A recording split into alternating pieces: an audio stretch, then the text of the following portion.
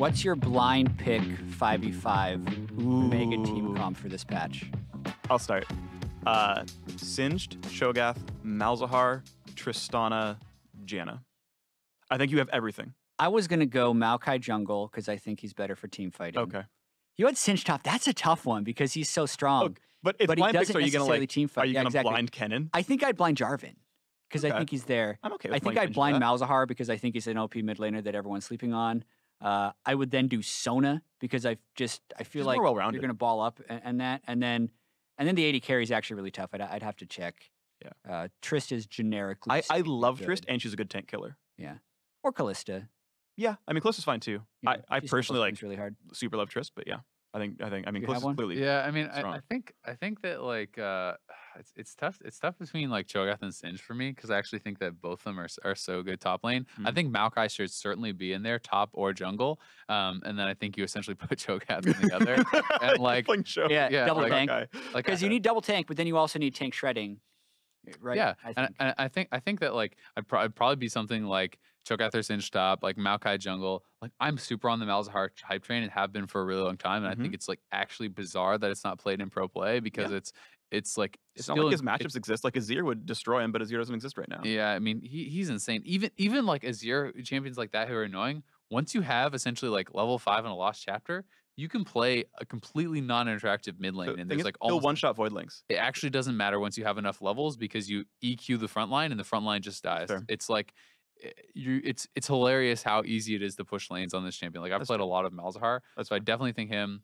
I think Jhin is really good, but like and Malzahar kind of bridges the gap as far as like tank shredding because I think Malzahar actually can do that well. So you could play someone like Jhin, get away with Jhin. And then like I don't know, Sona or whatever, right? Like I also think you can play playmaking supports with that. Like you can play a Thresh Jhin or a Bard Jhin, and Thresh like is definitely in there. Have like a kill lane, and then you have Malzahar to kind of melt tanks, and you have a big front line. The reason I like Sona or the squishy enchanters on this is because your tank boy builds Locket. So if they try to assassinate the Sona, you shield it out, and then Sona gets to continue to sustain. That's where I think the OP synergies exist on this patch. Something else I'd kind of like to talk about a little bit is tank itemization, which I think is actually super cool now. I love this too. And I really like tank itemization in this patch. Because there's actually... You want to talk about them? Pardon? Do you want to talk about the items that we think are great? Yeah, sure. All of them. No, yeah. Well, it's like Abyssal Mask and Spirit Visage are super good MR items. Like, as of 7.15, I think Abyssal Mask or Adapted Helm was probably okay. Like they're super good like armor items as well. Like Knight's Vow is actually super good, and people are learning that. Like Gargoyle Stone Plates in there was a possible option. I think like Righteous Glory is not too bad with like Glacial Shroud in there as well. Righteous Glory can be really good. Like there's Lock is super good. Like almost all the items actually feel like, hey, there's a situation that I want this, and it's the best item, and that's actually really fun because coming from someone like when Tank Top was meta last time, it's like, okay, well, what do I build? Okay, I'm gonna build Sunfire and a Visage and an Iceborne. Maybe, Guardian Angel. Maybe I'll build the Iceborne first and then the Sunfire second. That would be nuts, though. Whoa! Like Spectre's Cowl first. It's Rumble Lane. Yeah. But now it's like there's actually like all these different options. Like there's actually still think Iceborne and stuff is totally legitimate. Like okay, I'm bullying my lane very hard. I can snowball this. Like my early damage as a tank is actually relevant because I'm ahead. Great, I'm gonna go for this. Like oh, they're very crit heavy. Randuin sounds super sick. I have a strong carry.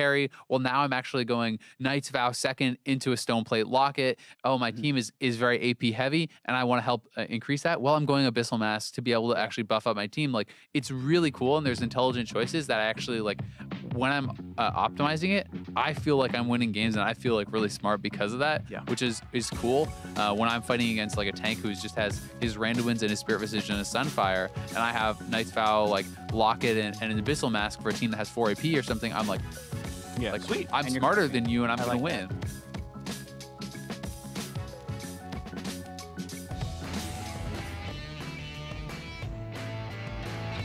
Welcome back, everyone. I'm Julian Pastry Dunkar, and joining me on the cast today is Joshua Jack Leesman and special guest Phoenix One jungler Mike Young. Gentlemen, how you doing? Mike Young, welcome to the desk.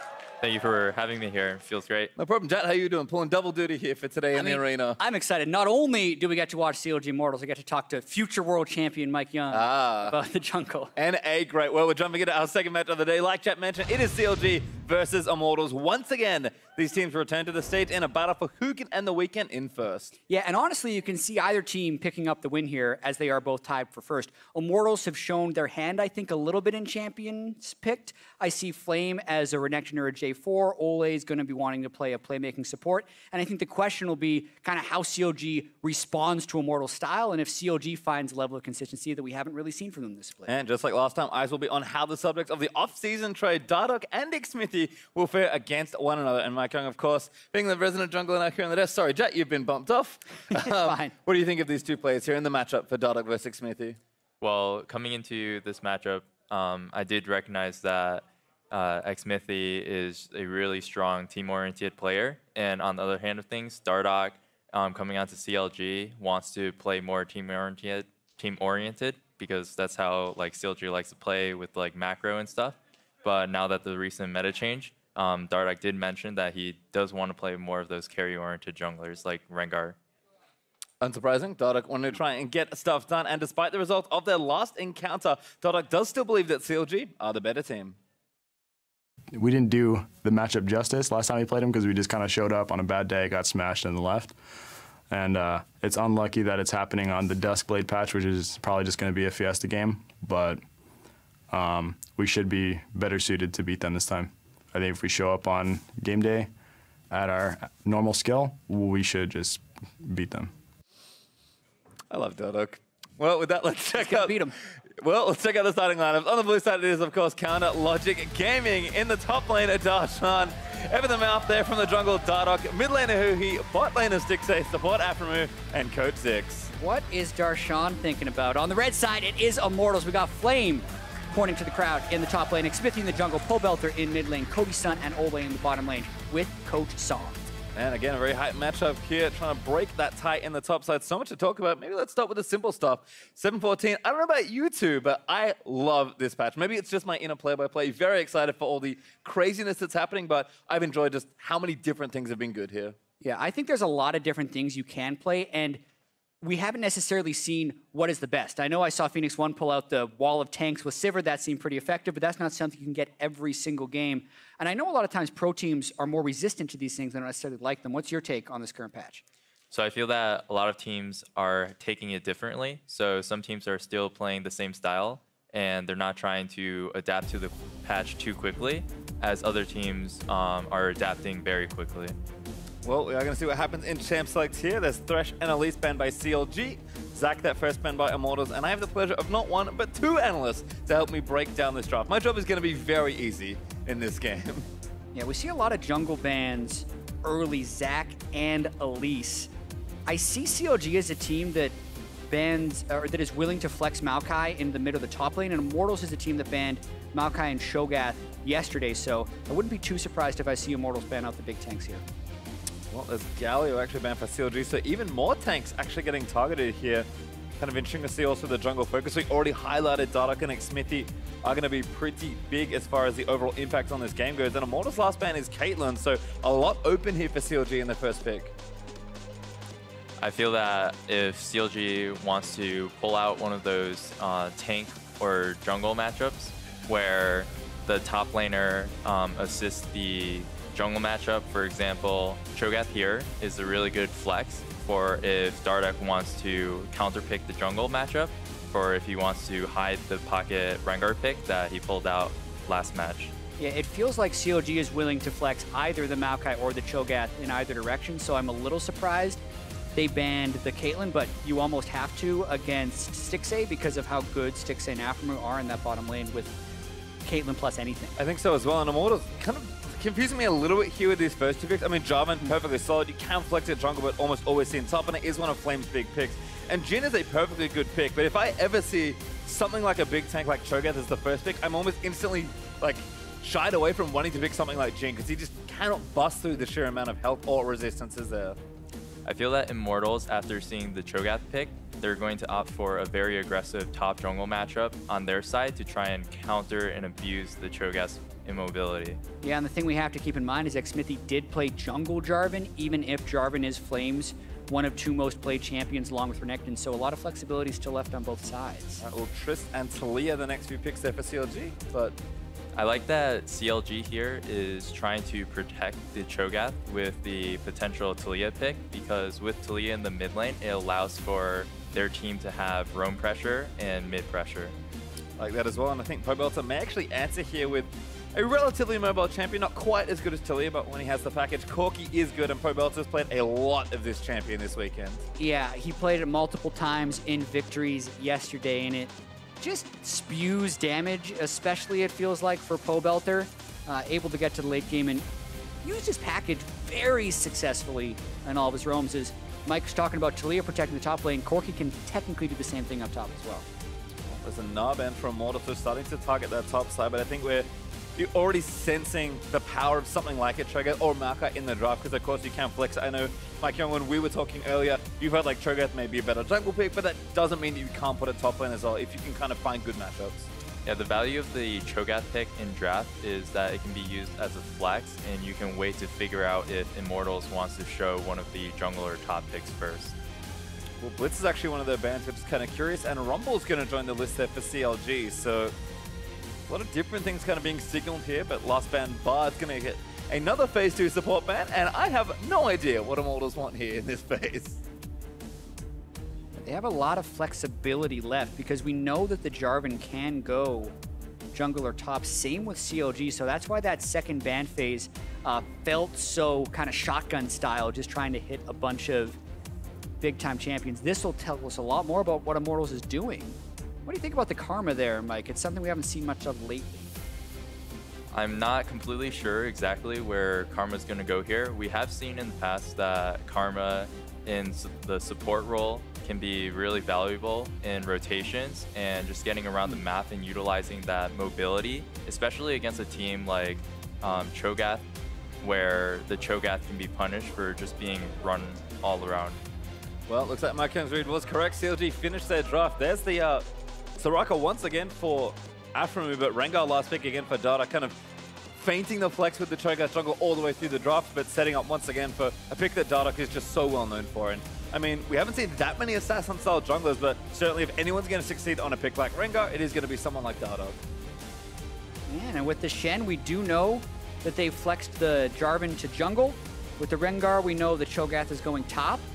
I'm a little concerned about Immortals' damage with the Jhin as their main marksman up against the Cho, but the Corki helps that out a little bit. Either way, excited to see another aphromoo Soraka as he pulled it out yesterday as well. Yeah. As for this draft, I feel very confident in Immortals' top side of the map because the Jarvan and Shen have very easy setup for the Cho'Gath dive as well as just ganking the Cho'Gath overall. And Rengar would have to do a tremendous job with the jungle pathing just to protect the Cho'Gath alone.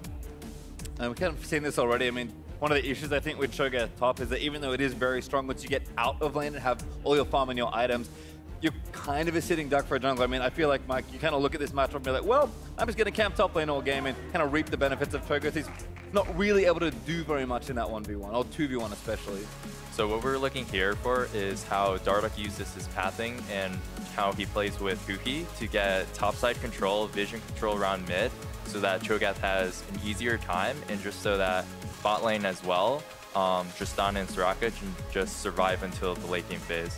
Yeah, and I agree with you, Mike. The Jarvan and the Shen have good, reliable setup for Cho'Gath. We've seen a lot of Cho'Gath top lane, and it hasn't been much of an early game lane bully, so absolutely vulnerable to those types of early ganks, and it's going to be a test to see how well Dardoch and Darshan can protect that top lane to get through the late game. And I still believe that once the Cho'Gath gets rolling, that even after a certain point, Jarvan and Shen ganks won't be enough anymore. Well, I have to see if Cho'Gath can get to that point. We haven't seen too many Cho'Gath really take over games yet, but we've seen the clips on Reddit. We've seen every now and then someone someday getting knocked back towards the AD carry and then getting a free feast. Like, you can clearly be very disruptive and very impactful once you get rolling. Yeah, and just so everyone knows, Huhi had a quick DC. We should be getting into the game very shortly. I want to talk a little bit about early jungle paths. How much do you like being on blue side versus red side? I know Phoenix 1 was one of the first teams to kind of do the super leashes. Yeah. You were one of the first beneficiaries of the super leashes. How do you play as that versus against that now that, you know, Xmithie's going to be red side Jarvan versus CLG being blue side Rengar? I feel that on the purple side in this matchup, their top laner doesn't necessarily have to be too afraid of the super leash because Cho'Gath doesn't necessarily have the most scary setup as well as like the Rengar ganks because Rengar needs to stack the bullet strike for the stun. And even if Rengar gets the super leash, it's mainly just going to help him clear faster. Whereas if he was playing a really gank influenced jungler like Jarvan, for example, if Jarvan was on the blue side, then it would be much more scary for the level 3 gank. Right, so now you're putting yourselves in the shoes of CLG, and if you're only going to get clear speed out of a super leash, do you even go for it, or is the cost too high to your lanes, do you think? I think the cost is too high, as like CLG doesn't really have that great of a super leash team, and ganking for Cho'Gath won't necessarily snowball him too hard since he's not a hyper carry. And on the other side, I mean, I know it is more difficult on the red or purple side to get things done with leashes, but I mean, Jarvan is a champion that can really exploit a lot of very creative and aggressive gank paths. Other options here for Xmithie, kind of pulling his teammates in and looking for some sort of early aggression, either top lane if he wants to pick on there or any of the other lanes that he could visit. So the most important part about the Jarvan is going to be where he starts. So if he starts bottom side, then we're going to see a very different Darshan in the first few minutes of the game, where he's going to have to be scared of the Jarvan gank. Mm-hmm. So in that case, so much of it does then become about the early game scouting of kind of where you get the wards. I'm looking at these level 1 teams. Technically, a Cho'Gath can be very scary level 1, but these Cho'Gaths I often see just start Vorpal spikes anyway for the early lane trades.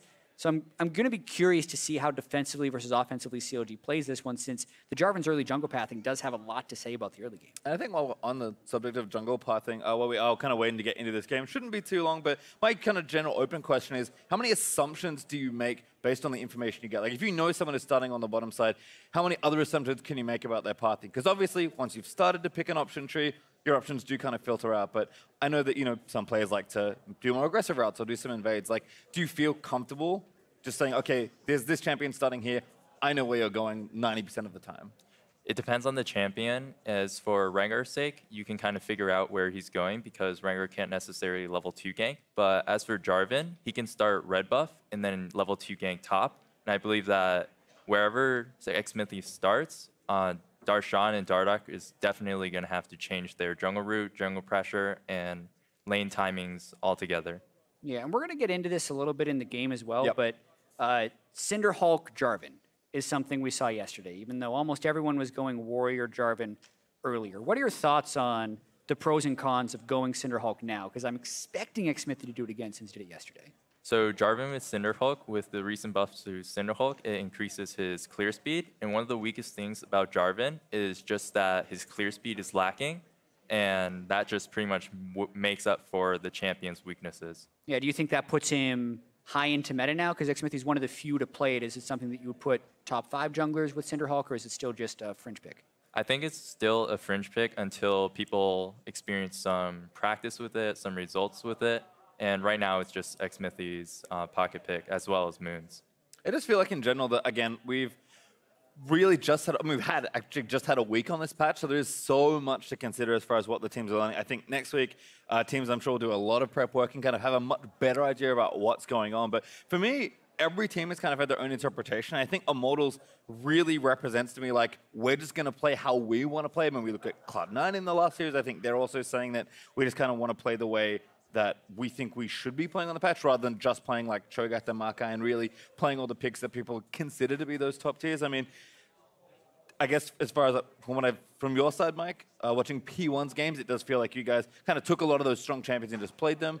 Do you think it's team versus team about how you should be approaching these things, or do you think you should just be like, okay, we're here, we should play the meta champions because that's the best thing? I think the best thing for teams to do is to continue and play their style of game, but you can kind of incorporate the meta champions, but don't change from how you usually play. Makes sense to me. If you're aggressive, stay aggressive. If you're like CLG, because I think one of their benefits is they do kind of play the same way through almost every patch. They're an eternal team in some ways. They can always find a way to play. Stixxay on a hyper carry, Huhi on a mid lane he can roam on, and then I guess Dardoch's the flexible one these days. Yeah, this is the weird thing about this, right? Is that CLG is almost going back to some of the things that used to work for them. I mean, Dardoch loved playing Rengar when Rengar was a year and a half ago and still plays it now. aphromoo, one of the first people to pull out Soraka at MSI in 2006. What year is it? 2016 at MSI. So that's kind of what we're having to ask on this patch too, is what year is it, because of seeing Shen versus Cho'Gath in the top lane sometimes. And even this game, we're seeing a return of Karma in the bottom lane, maybe to start trying to dodge some Cho'Gath ruptures in the late game or just move around the map faster. But definitely some really interesting things that are happening to the meta this patch. And I have to ask in general kind of what we are, again, still kind of waiting for things to move forward. We have seen the team comps already. As far as like what these teams are looking to accomplish with their drafts, because I think IMT have a very specific way of wanting to play and have drafted thus. So CLG also sticking to their team comp, but maybe picking a few more meta things. We've talked a lot about jungling, but maybe general moving into that mid and late game. We are seeing games end very quickly. I guess what do we need to see from these teams based on their draft to have a successful game? Because again, this is a very high stakes match for both these teams. I think that Immortals team comp is very straightforward, where they have a very strong front line and back line, where they have the strong initiate with the Jarvan and Shen just to start a fight, and then the Corki, Karma, and Jhin just to finish out the fight, either to kite back or to continue going in. And if we look on the CLG side, as maybe have to hold that thought. All right. Crowd is cheering, the camera is panning. That means we have some League of Legends to play. Yeah, and when I look at the CLG team composition, to contrast with the Immortals team composition, they do have a lot that revolves around the two. They don't have a reliable type of initiation that Immortals is going to have. So as far as picking their fights, they have to be a lot craftier in how they do so. Try and catch Immortals when they're pushed up, wall them off with Taliyah. Rupture is not a reliable initiation. And Rengar Ultimate also is fairly lacking as far as that goes. So I think CLG is going to have to fall pretty far ahead, get pretty far ahead in laning phase, or counter the initiations of Immortals. Well, we'll see if they can maybe move some side lane pressure as well. We've seen a lot of that from Huhi in the past on the likes of Taliyah. But once again, we will be paying extra special close attention to some of these early jungle starts. Right now, teams just fan out across the river. So other than that, let's see if anyone can get some vision down. CLG, you've got a defensive ward, but haven't seen teams really group up and try and get some vision. It feels like everyone's happy to just kind of play with the standard level of information rather than invade and really make sure they know what's going on. Yeah, and I really want to track the early jungle routes with Mike here as well, because no early wards as of yet for CLG. How important do you think it is that they get some vision of Jarvan? So it's really important for CLG to get vision of Jarvan because he can start pretty much anywhere at this point. But if anybody leashes, for example, Shen or bot lane leashes, then CLG can kind of get an idea of where he starts that way. Well, from what we can see, because it's nice we can see the whole map, Flame and Xmithie are going to be grouping on just the red buff. So you kind of mentioned already that we could see a lot of early aggression. I mean, you can go from red buff straight to a lane if you so desire. Yeah, we get the luxury of being able to see both sides here, Mike, so we can sound smart while we're talking about jungle. That was a very fast clear of Raptors, pretty much without assistance on Rengar, so Dardoch's going to be experienced up pretty quick. Yeah, so with Rengar, you always want to start in early camp like Raptors because of his AoE Q clear, and that just allows him to get that extra edge onto the Jarvan. Looks like maybe an invade actually from Xmithie. He does have a ward to put down, although actually wrapping around back to mid lane, so gonna try something here with Huhi. Oh, level 2 though, easy for Taliyah. Pobelter going straight in for it. Now Huhi gonna pop the ghost and try and run away. EQ not gonna land. Flash from Xmithie doesn't quite connect, but Huhi does burn both summoners there. Yeah, I mean, Huhi was ghosted the whole time, so even though Xmithie tried to flash follow, he just wasn't moving as fast as Huhi. And now I think Xmithie's in a pretty big debt, wrapping around on the red buff gank. Mike, what can Dardoch read off of that early gank from Xmithie, and where does he go from here? So Dardoch in this situation can read off of Xmithie's route in his entire route at this point of the game, where he has a few options to either just do Raptors or go to his bot side of the jungle. And right now, he is predicting if he comes to the top side, then they can just do the counter gank or just do the solo gank. The rupture. Dardoch gonna move in here. Darshan already hit that first Q. Taunt's gonna miss, but Flame will flash away to safety. Great bit of pressure though from Dardoch, and credit to Darshan for hitting that very tricky skill shot. Yeah, I wonder if they're gonna try and pressure more. Still teleport up on Flame. This is kind of buying time for Xmithie to get back in the jungle. He knows the gank was with top lane, and he's just going to farm back up. So the fail of the gank in the mid lane from Xmithie allows CLG, Darshan's side to play so much more aggressive into the Flame because they know that the Jarvan only has camps in the bot side of the map. And you can see here that Darshan is just pushing the waves in and just making Shen have a difficult time farming under tower. Yeah, Darshan is going to leave and maybe get some vision down as Dardoch clears his left side of the jungle. Have a quick look here at the jungle proximity of Dardoch versus Xmithie. Not too many massive differences. Maybe mid there for Dardoch being the one that sticks out immediately. Yeah, always curious to have that read against enemy junglers. Mike, you played against both Xmithie and Dardoch. Did jungle proximity stats mean anything to you, or does it pretty much just a feel of junglers? And do you notice any tendencies from either of these guys that you can just guess where they're going to be during a game? So whenever you're playing a game, the stats don't necessarily matter outside of the game. And when you're in the game, everything that matters is just how the lanes are playing out. So which lanes are pushing, and the matchups matter much more than the players. The Cody Sun and Olleh getting some shoved in here. They do check in with the bottom lane. Certainly going to again be kind of hammering that jungle focus for the next 5 minutes or so, but pretty stable 2v2 it feels like here. I mean, Stixxay and Afro just want to farm. Soraka's not too threatening as far as her 2v2 presence goes. Looks like Cody and Olleh trying to play aggressive as Xmithie sneaking into that top side of the map looking for a lane gank. Yeah, this is what we talked about earlier. The potential low mobility of Cho'Gath, but it's a flashless Shen and a flashless Jarvan. So here, CLG's top laner isn't very gankable because this gank can be predicted very easily. Ooh, very nice from Dardoch. Who leaps on the Pobelter, forcing the flash. Bowler is going to miss as a result, but feels like every time Dardoch's entering a lane, he's getting at least a summoner spell out of it. Really efficient stuff from this Rengar. They're pretty unlikely as well, I feel like. A lot of times Rengar waits till level 6 to get the really big ganks off. Just being able to walk into 2 lanes and get 2 flashes sets up his level 6 really well. Dardoch still looking to pressure it wherever he can. Only one camp that we can see, but Dardoch is going to walk in and check it. He's going to see the Raptors, but hadn't seen Xmithie just yet. He's not far away, though, as Dardoch. He's going to try and start this camp. He's now spotted him, no sneaking around, but Dardoch does have his smite, able to take that away, and Xmithie just kind of has to watch. Going to leap back in now, but Pobelter not even there just yet. Dardoch taking low, though. Jarvan doing a lot of damage, going to force that flash out of Dardoch. So this is really interesting because even though Dardoch used his flash, they get so much of a lead everywhere else for CLG. Because CLG was able to steal the Jarvan's Raptors. Face check here from Huhi is kind of problematic, but here's the other way. Xmithie's just, all right, I'm out of there anyway. As you can see, the early XP advantage kind of across the map, CLG feeling ahead here.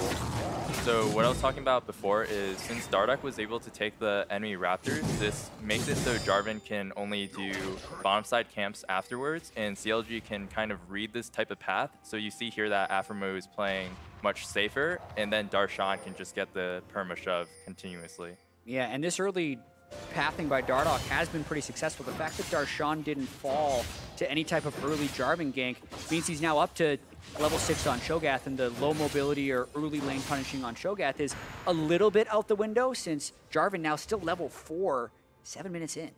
Yeah, it feels a little rough here, and Dardoch's actually very close to level 6. This ward might even do it, it's just enough XP, but Dardoch going to clear that out. So Xmithie placed it earlier, and it was level 6 there for Dardoch. 6 off a ward. Dangerous to stick around for red buff, but definitely tempting. How do you avoid the greed there going for red buff?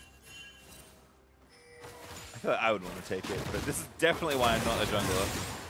That's Huhi going to shove this lane back around Dardoch. We'll see where that first ultimate does go, but overall efficiency feels to be up here for the Rengar. Xmithie is going to take this red, but Dardoch at least got vision down before leaving that area. So again, Xmithie just being really well tracked here. This first 7.5 minutes of the game. Always important to keep track of these junglers, especially when they can be as threatening like Jarvan or Rengar.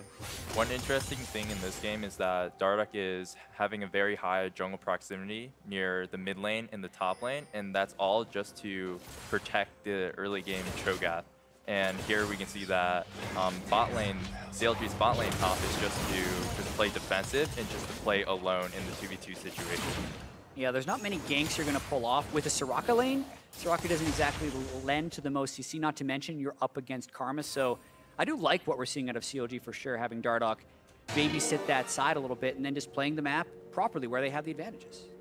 All right, so now it's kind of the point we're expecting where the whole top side for both teams can kind of come alive here. Xmithie able to take down that crab. Not 6 just yet, but we'll get it relatively soon. Dardoch level 7 though, so really power farming through the rest of it.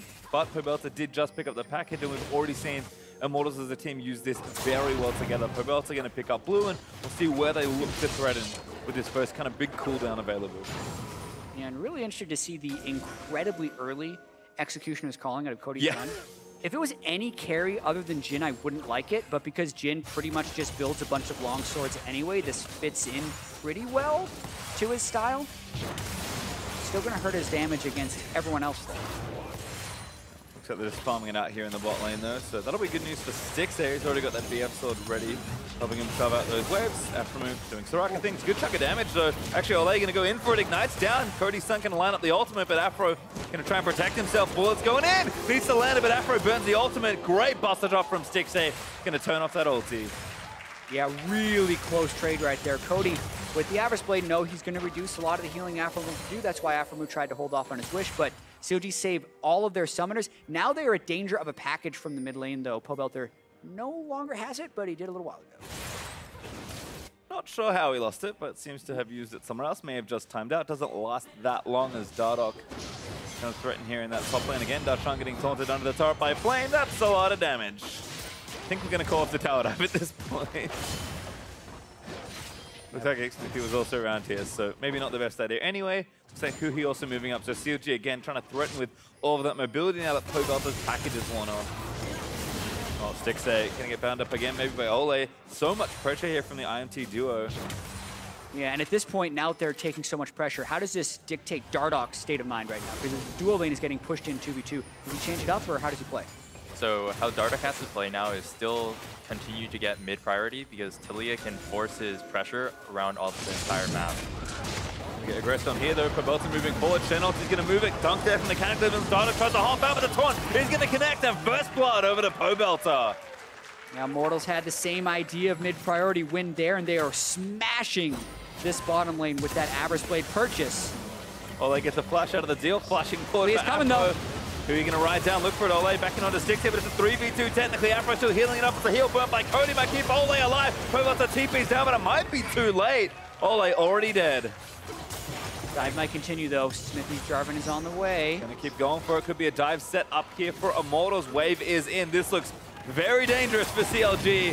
aphromoo looks to be the target. Root lands in. Iker gets all 3 of them. Cody gets Afro. Everybody dies. Perfect dive from Immortals. Oh man, if we worried about the Jhin not having damage from the Average Blade, well, he just got a little bit of gold back. That's 3 kills plus the first turret. Feels unlucky there for Dardoch, I think, as we watch this dive again. I mean, great counter, I think, here from CLG to try and make something happen, but IMT with a great answer. Yeah, you can see Stixxay just being trapped against his turret. Pobelter keeps him there, and the patience of Xmithie's knock-up here, knowing there's a lot of summoner spells potentially down. Still 2 flashes. They both flashed into the EQ. Questionable from a retreat perspective right there. Here we can see the value of mid and jungle priority because CLG, since Dardoch was the one on the retrieving side where Immortals was able to win through the Jarvan gank onto the Rengar, they were able to move down with an extra member, and that just turned the fight, and they got first tower off that. And I don't know if this is just something that I'm observing in Xmithie that might be a bias based on the play I've seen from him, but he does strike me as a player that's really good at setting up for situations like that, really understanding when he can gank, what the timings look like, and then obviously in those spots execute well. So maybe not traditionally a gank-heavy jungler, but certainly sets him up when he needs to. Dardoch, though, trying something of his own, but pretty easy one from Immortals just to walk away from. Yeah, I see it's really difficult for Dardoch to try and get back into the game right now. Michael, if you were the Rengar in this situation, how would you try and get back in anything? Because bottom lane was losing, mid lane priority's kind of been lost. Where's his avenues back in? So his avenue is pretty much based off of Immortals' misplay, because with their current team comp, it relies solely on the Rengar initiate. So the Rengar would have to initiate or counter-initiate based off of an over-aggressive play by Immortals. Seems like pace isn't slowing down for IMT anytime soon. 2,500 gold in the lead. And they're going to try and siege down this other tower. I mean, we thought Cho'Gath was going to struggle with some jungle pressure, now sitting in an actual 2v1. for these next few minutes. Looks like Flame, with the teammate already completed, actually able to keep the wave pushed back relatively safely as Xmithie is going to start up this Rift Herald. Yeah, another thing I wanted to talk about in this game is just control wards in general, and maybe getting some of your insight on this, Mike. Being up 3,000 or 4,000 gold, we know, at least in pro play, so many control wards are bought. What's the priorities of where to place them down in this stage? So you would want to use the control wards around the next objective. So in this case, Immortals would want the control wards to be around the topside area to prevent the vision onto the Jarvan. And there we have it.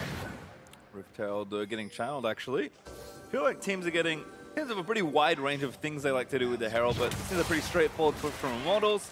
Already had it prepped up with Cody Sun and Olleh, so Xmithie just going to make it even faster. And the Herald's going to smack that down, and still a decent amount of health actually can maybe try and push down for a second as CLG is still trying to chew through this bottom outer turret.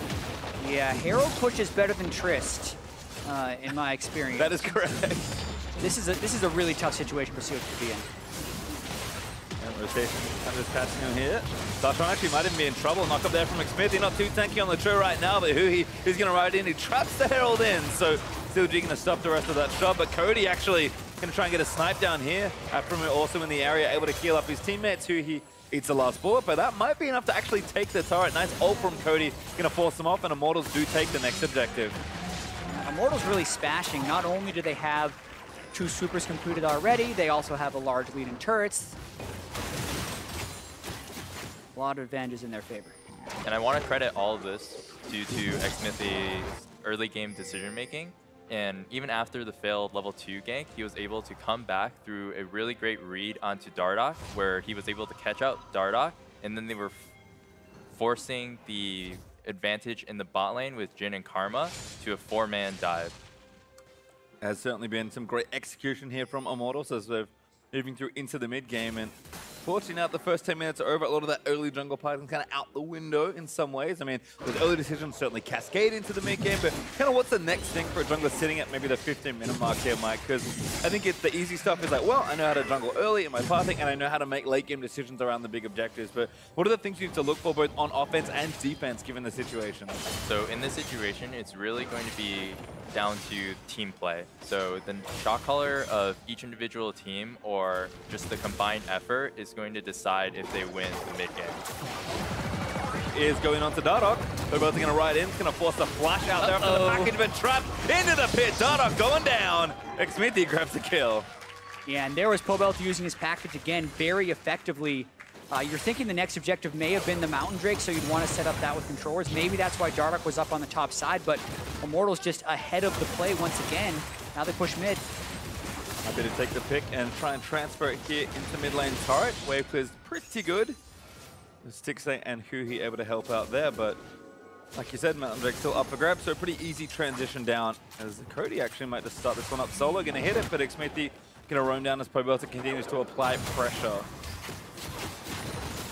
Priorities looking rough here for Huhi as that should be a Drake over. Always wonder exactly how different teams prioritize the Drakes. I think at some point you should just take them when you get the chance to, but obviously different Drakes have different priority. Mountain Drake being up first in this game 17 minutes in. I mean, this was such a game played around turrets. Mike, Mountain Drake 17 minutes, pretty abnormal. Why do you think it happened in this game?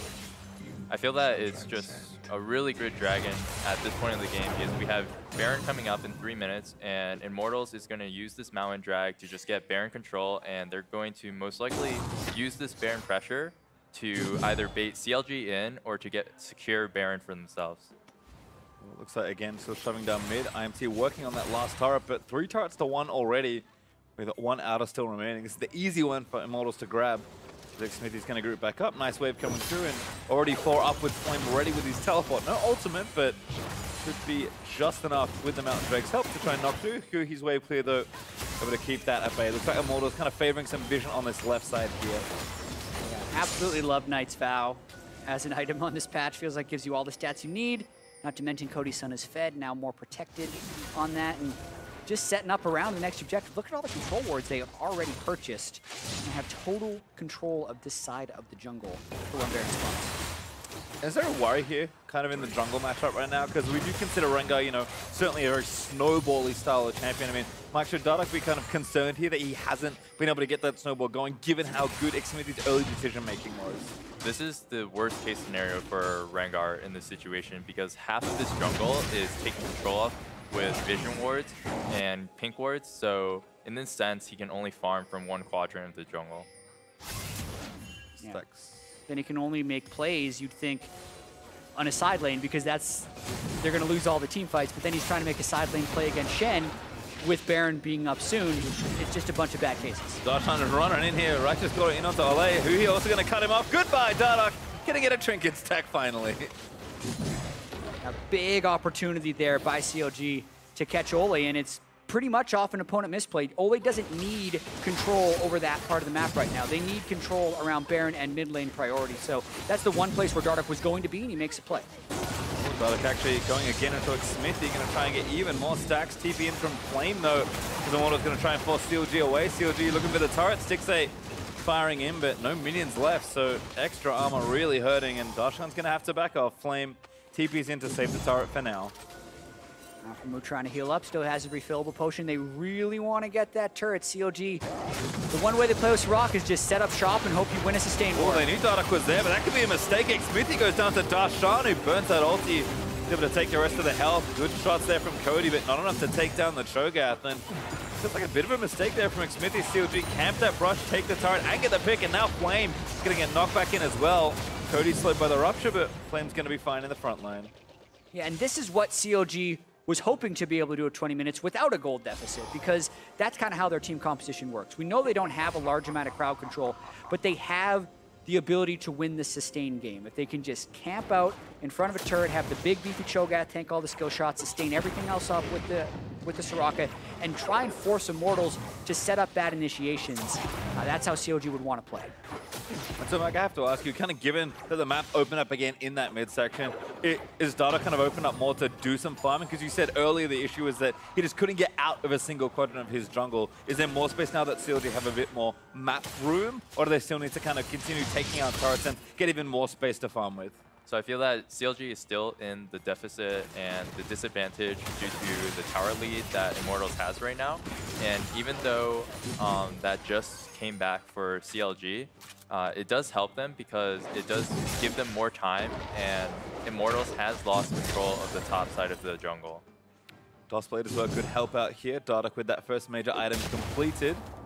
Going to be looking to assassinate some people. We've seen him already this weekend tear through them squishies, and there's a good, I guess 3 good targets on Immortal's side here for him to try and assassinate. Flame probably not going to die in that side lane though, so Dardoch going to again have to play smartly to deny that vision and try and find the necessary picks. Yeah, and Immortals lost a lot of ground when Olleh got picked and they lost that mid lane turret, because they had secured the Mountain Drake and they had secured control wards in CLG's blue side jungle and essentially starved Dardoch away from that quadrant of the map. So when that play turned the other way, it means Immortals has to set all that up again.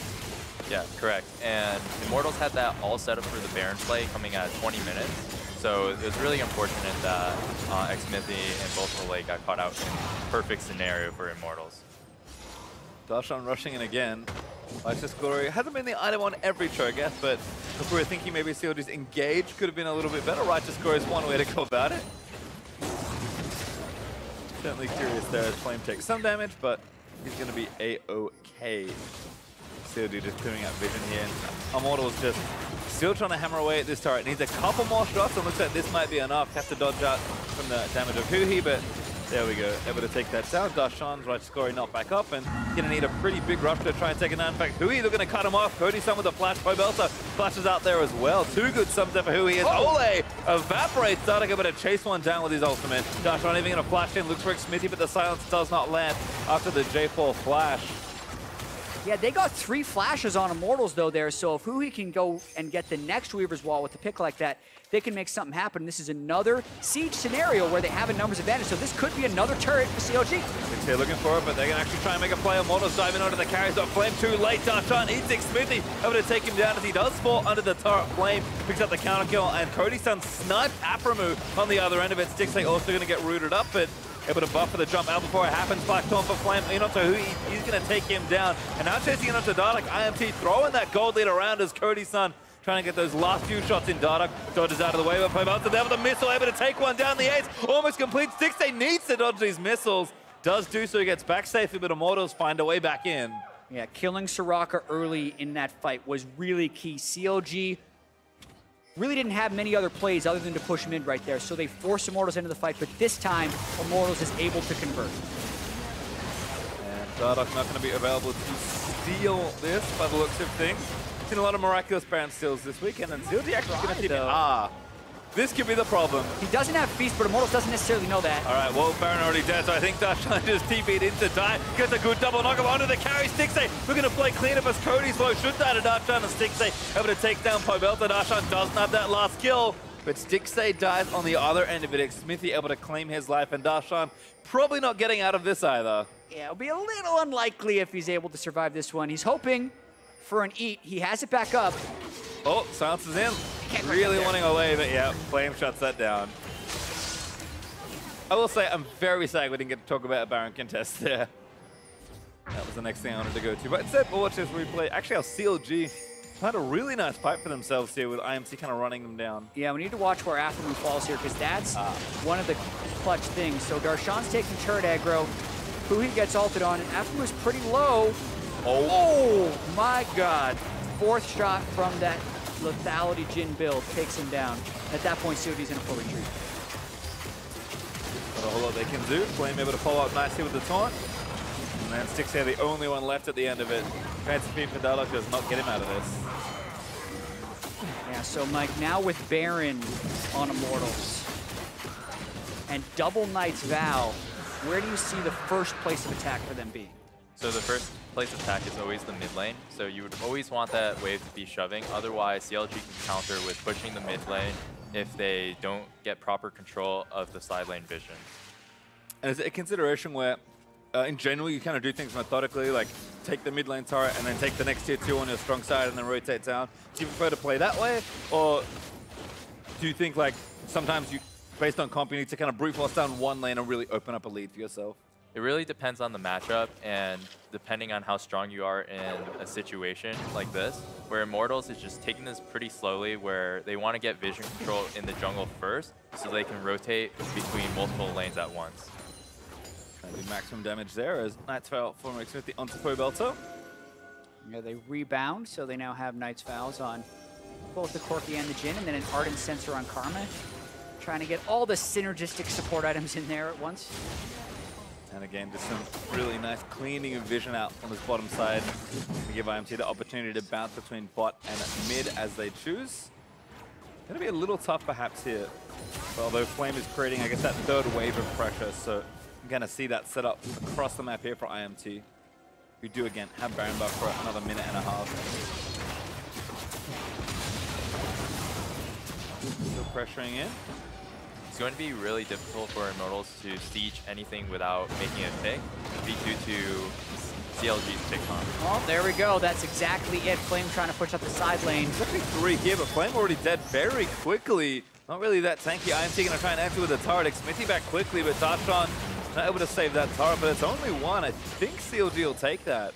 Yeah, I think that's a pretty good pick, and I think that's how CLG is going to try and extend the game. Anytime they try and do a 4-1 or a 1-3-1, CLG has the tools to collapse a little bit faster as long as they're going onto the Shen. Like smart stuff there. CLG able to kind of cut the rest of that push off. And IMT, despite taking that mid turret, will be able to again buy some more time. Looks like Pobelter attacking bot side for now, but Cody actually, yeah, going to have to run. Xmithie looking to protect him, but now he's the one kind of caught out. Silence up. Rupture isn't quite going to land. He actually dodges out of the way. Is he going to fight it out? 3v3. Darshan popping the stone plate as Xmithie onto Huhi. Eats him down with the stone plate damage helping out. And Afro helped out with the wish as well. Cooldown's getting burned as Huhi low. Root's going to land in. That could be a pick there for Immortals, but not enough damage for Pobelter. Now Dardoch's going to leap back in as Flame. Going to try and save his life. Great buster shot there from Stixxay. Able to keep Pobelter out of the way as Flame still diving and looking to take down Afro, but Dardoch looks to move the snare back through. Darshan playing zone control as the root lands in onto Flame. It's just damage everywhere. It's actually enough to kill the Cho'Gath finally as Flame not quite there on the top. Pobelter does have enough with the missiles. Dardoch coming back in, takes down Cody. Pobelter though got a triple kill out of the deal. as Stixxay trying to chase down the last 2 carries. Dardoch ate Cody Sun at the end of that fight as well, though, so he's pretty big on Rengar. Interesting how CLG did actually kite that out long enough to make it a 3v3. It's not quite over yet, even if Immortals has that large goal lead. I have to wonder, what is the role of a Rengar at this stage? Because obviously you're looking to assassinate, but if you're not there yet on item thresholds, what's the best thing Dardoch can be doing? Is he should just be patient, perhaps? So patience is really key for a champion like Rengar because you always have to hold on to the ultimate until the perfect moment where the AD carry wastes his flash or overextends. And this fight, you can see a bit of a gargoyle stone plate battle. Xmithie used it early, so Darshan wants to hold his eat, but it drops. Darshan uses his zone and then eats them. And then these fights are really all about reaching the Soraka or just applying the grievous wounds to who you're focusing. Olleh can't get it on everyone at once. It's the Jhin, and he's the only one to have it. Stixxay played that beautifully on the backside to disengage for a while. And then right here is where Pobelter picks up the triple kill, but the patience that Mike just talked about on Dardoch's Rengar, right? He waits for his ultimate, needs to proc it, he's gonna get his Duskblade proc when he jumps on Cody Sun and can't really overdive, otherwise they'd kill him through, but completely bursts him down before Pobelter can pick up the end of his triple kill. Nice stuff there. Again, Dardoch still kind of moving into those next few items. Doesn't have his third just yet. And on the other side of that jungle matchup, Xmithie kind of very tanky. I mean, I asked what his role is, although hold that thought as Dardoch poking down the bot lane, but Flame, I think recognizing this, is going to back off and play it safe. So we're going to look at Dardoch. He's looking for those key targets in his moment. What's Xmithie trying to do here? I mean, full tank Jarvan, I imagine you're just trying to soak up as much damage as possible, but didn't look that easy versus the Cho'Gath. So Xmithie's role in this team comp is just to choose the right fights. And that's going to be the most important thing, whether they get onto the Soraka or a really priority target, and just to avoid the Cho'Gath just entirely.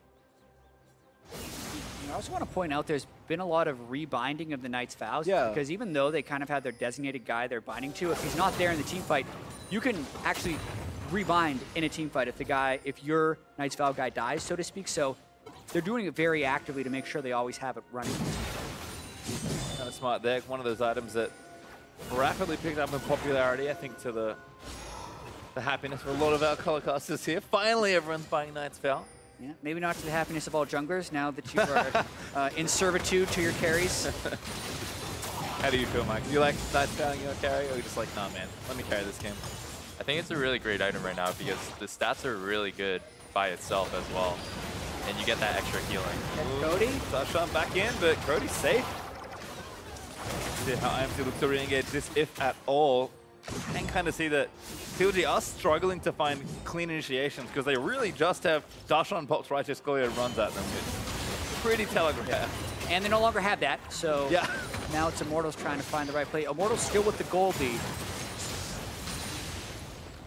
Playing down mid lane, actually, but CLG are trying to really threaten this Baron. I mean, Cho'Gath is a champion to enter the metagame so recently. How much of his presence changes kind of your math around big objectives like Baron? So pretty much CLG can choose when to Baron as long as they get a pick. Well, what's that pick maybe for Immortals is the go. There's actually Dardoch down. That's one of two potentially, but Flame going to go to the backline. Huhi getting shot massively low as Pobelter still throwing in missiles. Stixxay though up to the side hitting onto the tank. Pobelter went a little too far forward, got kited out, but he's GA. He's going to pop him by time. Stixxay falls to Flame and Darshan caught, and the rest of the team should be going down here as well. All clear for Baron as IMT take 3 kills for nothing. Yeah, not too common of an item for the Corki, but the GA on Pobelter comes in huge right there as he's willing to overcommit and get some critical kills for Immortals. Now Baron over to them. Ocean Drake up if they want it, but again, looking to maximize their attackers. We'll watch this one again. Yeah, I mean, we're talking about who can pick whom right here. Dardoch still very squishy. Xmithie even sweeps to make sure he's not the one getting picked off.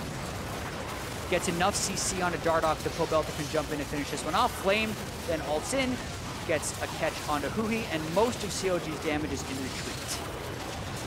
And I think this is the beauty of Immortals team comp compared to CLG, where Immortals can choose exactly what fights they want, where CLG has to be on the retrieving side of things. Yeah, and we've seen before Immortals have the Baron in a pretty big gold lead, and then they set up the 1-4 and got collapsed on by CLG. Mike, what do you want to see Immortals do this time so that their Baron actually has a big power play. It's really important for Immortals to coordinate their waves to hit at the exact time as every single other wave, so Shen doesn't get caught out through the Taliyah and the Rengar ultis. So you see here that Flame is going very slow, just in case that happens again.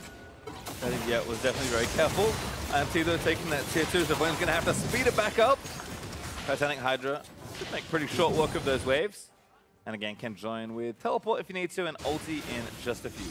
Yeah, that's the big thing. Worst case, Flame can join a 5v5 that CLG has tried to initiate as a 5v4 rather than him just dying on his own. Certainly needing to crack some inhibitors though. Oh, Dardoch, very cute. Steals the blast cone away. Oh, maybe not that cute. Almost gets himself killed for it. Trying to kill time. Immortals now with the Shen, but they have everyone in CLG and Vision, so they can push with impunity. Pobelter so strong at this stage. He's able to chunk down that turret with Cody beside him. I mean, having 2 marksmen's pretty good when you're in any sort of siege situation. So IMT just going to rotate back towards mid, and we'll start a different set of pressure here. Trying to crack as many inhibitors as possible. I mean, is that the goal here? Or are we just trying to... Yeah. Goal is also to kill the Nexus. That too. Another thing that Immortals can look for is just the summoner spell timings for Taliyah in the Tristana and the Soraka here, where Jarvan's ulti can be very valuable in this next fight. I'm actually curious there. I imagine it changes on different teams, but kind of who's responsible for those timings? Maybe just speaking from your perspective, Mike. Just coming from my perspective, it's everybody's responsibility depending on who sees it. Okay. That's the team thing there. It's Darshan, you know, to Xmithie, silences him down, but relatively tanky. Rupture's good. They're going to try and eat him down. That could be a kill, but not enough as Flame's ulti able to help out and save him. Dardoch, though, still looking for that flank as Darshan getting low. Jumps in onto Olleh. Not enough, and he flashes out. And now IMT turn around. Great wall from Huhi, though. Going to cut them all off, but Cody Sun's got Flame in front of him to try and fight it out. Now going to get silenced, but damage not quite enough from CLG. Cody now going to let it rip. Probably not going to get a kill. Darshan, a big meat shield. Dardoch, though, eating that last bullet. Taking a pretty sizable chunk of his health as Flame. No, Pobelter, I think, in a TP back in. Doesn't matter who it is actually Flame, but IMT able to take down this next turret. And Pobelter is so strong, just forcing everybody out with maybe 1 or 2 autos. Yeah, that's one big thing about this team is while Cody Sun is getting the lethality snipes on the squishy targets, it's Pobelter who's shredding the tanks in the front. Oh, Xmithie gets out of there. Cody, oh, never mind. Shoved back into Huhi and just shoots him for that final kill. Looks like IMT going to clean this one up. Nexus turrets falling everywhere. CLG far too long on the respawns in a 5v3. They'll do what fighting they can, but Stixxay going to get rooted the next Stix burst, and that's going to be Immortals taking game number 1. Yeah, in the battle for first, Immortals get the first win on the red side as well. They had the team competition with more initiation. Xmithie made some very crucial decisions early on in the jungle, get them the lead, and they did not give it up. Did feel like, in hindsight, looking back at that draft, CLG, especially when they got behind, just kind of got to the point where like, oh, we don't have any way to start any fights. I mean, you could see Darshan trying, but I felt like at some point that draft really let them down. Yeah, it was really important for Dardoch to play very consistent throughout the entire early game phase so that Immortals wasn't able to snowball their initiation type of draft. Unfortunately, the opposite happened, where Xmithie, again, making some really smart decisions to get himself back into the game. And then I think for me, I'll remember that dive in the bottom lane, getting a 3-man knock-up and really snowballing the game. Yeah, I love watching Xmithie, especially this split, seeing him in a different environment than CLG. I feel like he's kind of really coming into his own, playing against both these teams. Xmithie, what is it like to play against this guy? Because he feels like he does different things than other junglers do. I feel that Xmithie is just like the very mid-centric and team-oriented jungler, which is something that I aspire to be like, where you can get really good control and just be a really good shot caller and just control the game just by your voice. And kind of on style, do you think Dardoch maybe falling too far back into more of the assassins? I mean, we've seen him play tanks. He's clearly willing to be more of a team player, but do you think he's just like, give me Rengar, I will carry, and he's maybe indexing too far into that tendency again? I feel like that this game's early game and just the snowball from Immortals came down to Xmithie reading Dardoch in that really crucial moment onto the left bush of the mid lane fight. Well, makes a lot of sense there. But before we go over game 1, I'd like to say thank you to Mike Young for joining our cast. But now we're going to throw it over to the analysts to get their thoughts on the game. Thank you very much, Pastry Time and Mike Young, for joining the caster desk. Great insight out of him, and it's really cool to hear that he aspires to be a player similar to Xmithie. Again, watching Xmithie transition from CLG to Immortals, become very much a leader for the team, and to kind of hear from the rest of the members on the roster what he's done in service of developing their strategies and their playbooks. It's been a really cool journey to track. Right. I think that's one of the, like, you have to look at that as like one of the defining things that changed this season. Obviously him, and then they brought in a new coaching staff. Right. But especially early on in the season, it felt like everything was keyed off Smithie's early game playmaking, and he's not, he's very efficient, where it's not like he sits in the lane and does a cheesy gank where he waits until, you know, why would he ever be there? He shows up, he turns the kill, he moves on. It's really good to see. Absolutely. So let's dive into this game one specifically, pulling up champion select here. Once again, we have a Jhin pick coming in fairly early from Immortals, and not very many tanks on the opposing team. Now, again, this isn't to say that the entire game was won or lost for that reason. It's just something I'd like to see more teams adjust towards when you see a Jhin pick across from you. And once again, I think it's the kind of thing where Cho'Gath taken early on, he's super strong, but he benefits from a little bit more setup. So when you have things like a Gragas potentially available in the jungle, you look at supports, while there were a lot of Afro's primary champions banned out, we've seen him perform on Alistar. Maybe you think Karma's a little bit too much harassed. What about a Braum? There's these other tanky champions that you can pick that should be better for the team comp than a Soraka, who was largely neutralized by the fact that one, Jhin bought the early Executioner's Call and cuts in the healing, and then playing against Karma, you're still going to get poked out because now your healing is halved. Yeah, absolutely. And I love the point about Cho'Gath needing that buddy, right? Again, it's like, yeah, technically, you know, Rengar can threaten somebody with you, but he doesn't enable you to get to that person very easily the way an Alistar knockup would allow you to close that gap onto a priority target. You saw, yeah, there were a couple times around mid lane where Dardoch was able to go in because not everyone was grouped up, and he could land and empower Bola and Root. And then you saw a little bit of that chain CC combo start coming in, but when it's a full grouped up 5v5 situation, you heard Mike Young saying, you don't want to be the first guy in as that Rengar going full lethality. You want to be playing the edges of the fight, and if that's the Rengar doing that, well, what's the Cho'Gath doing? A lot of times, Darshan felt lost in the fight, just kind of walking around, hoping someone ended up in range of him because his ruptures were missing. Also, I want to go into the microcosm of the top lane, because we've seen Shen picked into Cho'Gath multiple times now. What's your opinion on the way this matchup goes throughout the game, so early, mid, and late? It's a little tough to say, just because the two previous times I remember seeing it before this game was they were very influenced early on by an aggressive level 1 trade followed by jungler interference. So this was one of the first times that we saw it without a ton of that. Dardoch did go up there relatively early on, but it feels like if the Cho'Gath doesn't lose level 1 and take a really bad trade early and focuses more on controlling the wave, at some point the sustain just kicks in too much, and the wave clear advantage just through his skills being all AoE, that eventually the Shen just kind of ends up sitting there and farming. Right. And we saw Flame had a CS advantage, and the camera wasn't up there too often, but it didn't feel like he ever had pressure on the Cho'Gath. And then you would think that come late game and teamfight situations, it would be pretty good for the Cho'Gath if he had, like we said, better setup to blow people up. Yeah, very much so. Of course, the Shen aiding the team and keeping people safe from the Cho'Gath, you know, kind of all in at times. Now let's dive into some gameplay itself. 11 minutes in, a huge triple kill going over to the way of Cody Sun here on a very impressive dive. But even before this dive happened, you can see the dominance that they had in the 2v2. Right, this is a situation where they've been kind of pushed in under the turret for a while. They kept being under pressure, and finally, you know, they get this big playoff where Pobelter is able to teleport in. They get them all low.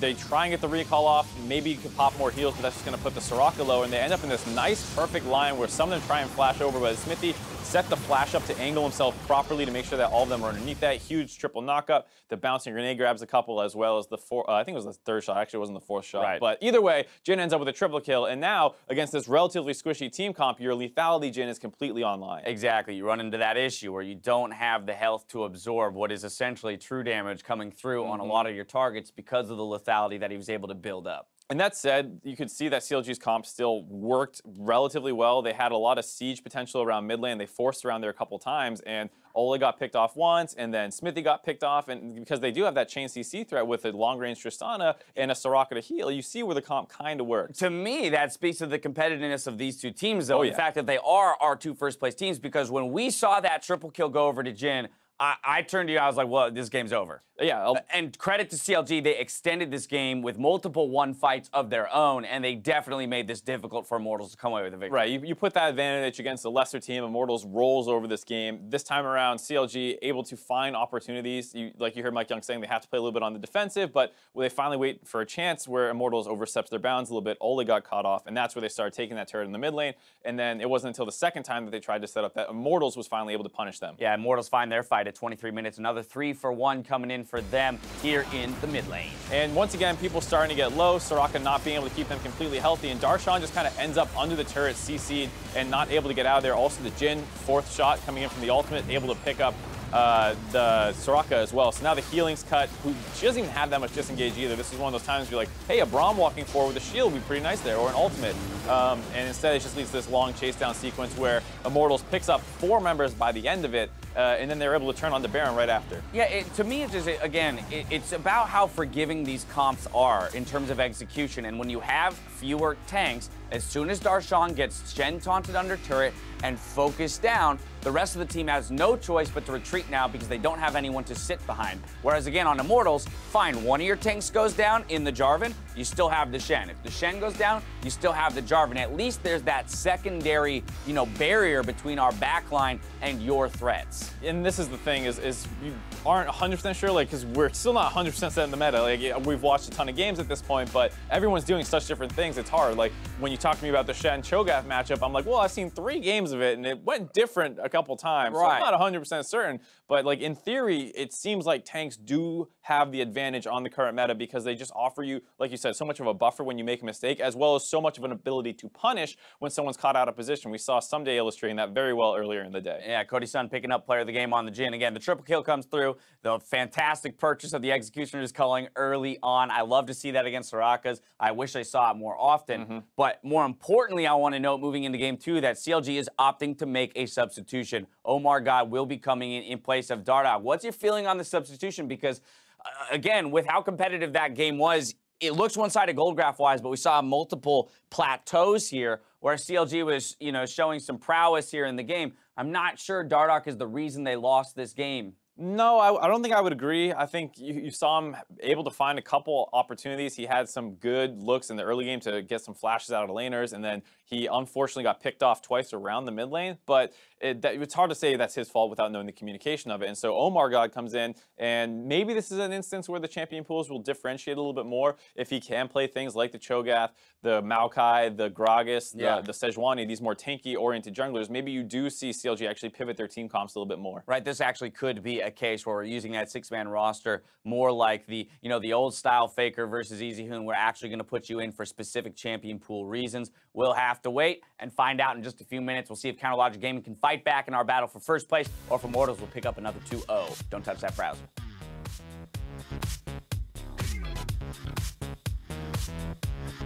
What if when your hands got cold, instead of using hand warmers, you just held your teammate's hand? That's the ultimate teamwork.